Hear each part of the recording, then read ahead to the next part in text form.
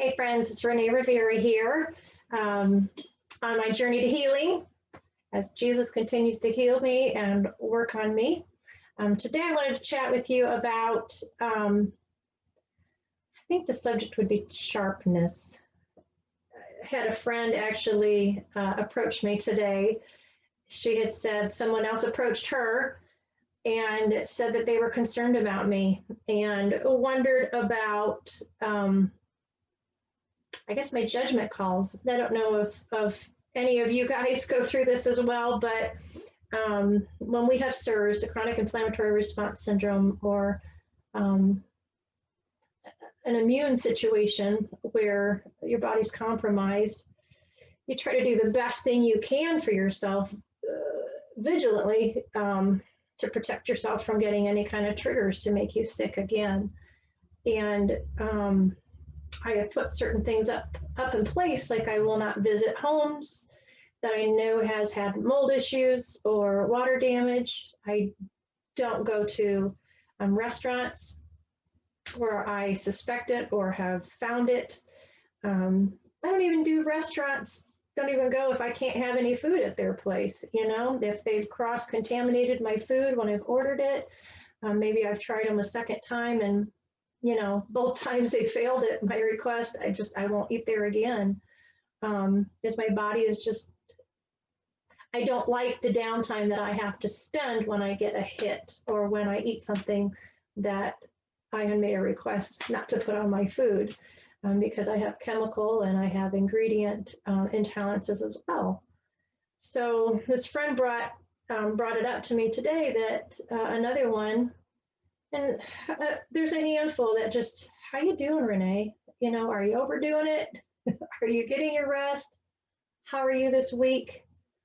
And my schedule is not like that of other people.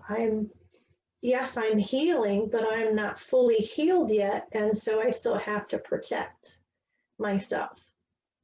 And so they said, we just wondered because you went to this restaurant and it sure smelled. There was a mustiness at that restaurant we found out you went to, and you don't go to people's houses and you don't do all these other things, but you went to this party and you went into that restaurant and you stayed there, and surely you smelled that must. And my response to her was, I actually did smell must, but I thought it was on the person. We were visiting with friends and family at this function a while back, and the people I was sitting by, and this has happened at meetings that I've gone to. So anyway, that's just it. It narrowed down to, I thought the mold musty smell was coming off of somebody's clothes, because this was at the the beginning of a season. People are pulling their coats out, they're not washing them, so they've been sitting in a closet since last winter, and now they're putting it on, and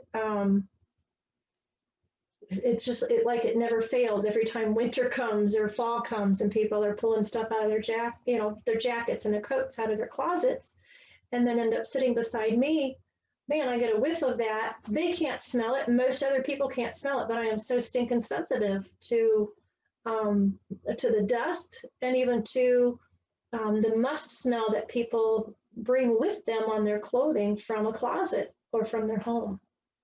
And so at that particular restaurant, I thought it was a person's clothing, not the actual restaurant. And that's why I didn't get up and excuse myself and leave or cut it short, because I did get up to go to another room at the entrance, helping other people come in, and I didn't notice it there. So my process of elimination that day was, it's got to be this person's clothing, and didn't think anything more of it. But in talking with her, she's like, no, we've been there. We've been to that restaurant. It's pretty bad on that carpet. And how'd you miss it, Renee?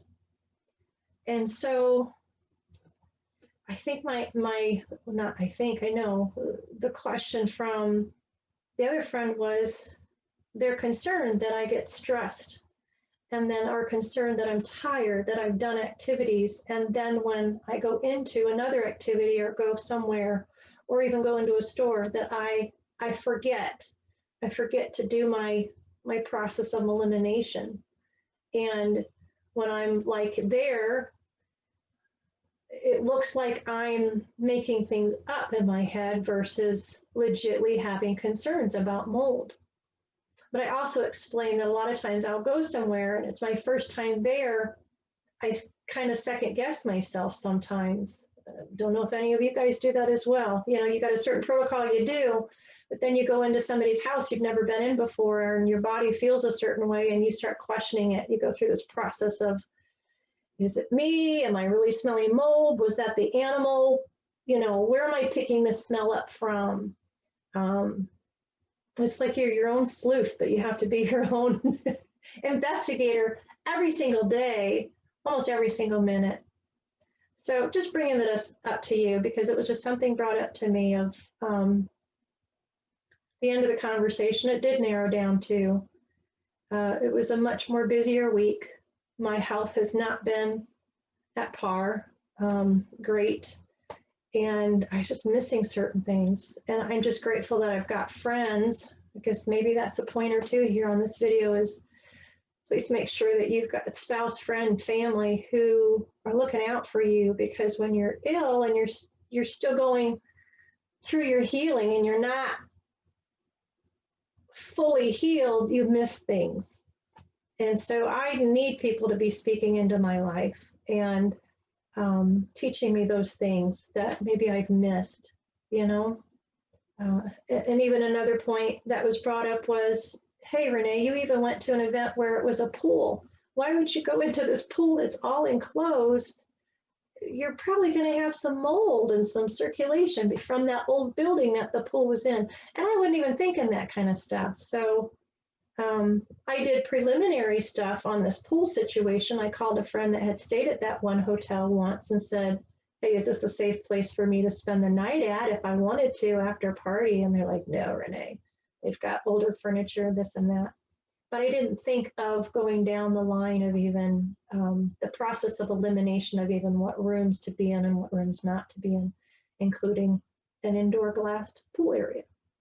So anyway, just something I wanted to bring up to you, that I hope you are surrounding yourself with folks that can speak truth to you. I pray that you are being fluid and flexible with receiving it, that you're being receptive and that you are teachable, and that you then put into practice those things. So yeah, I missed the mark on a couple things this past week because I was not well. I wasn't at my best. I can say a praise. I had a reaction. I was noticing my nose starting to get a little itchy being in somebody's car traveling with them. And when we got to our location, instead of waiting for their kids to arrive, you know, from their event, I decided to get out of the car and just stand outside instead. So I don't know.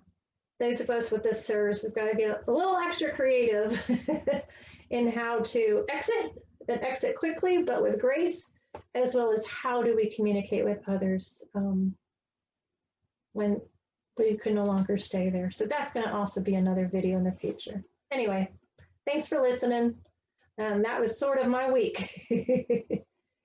Hope that you are celebrating the things that you did do right as you're going through this healing journey, and just taking note of the things you still need to take note of.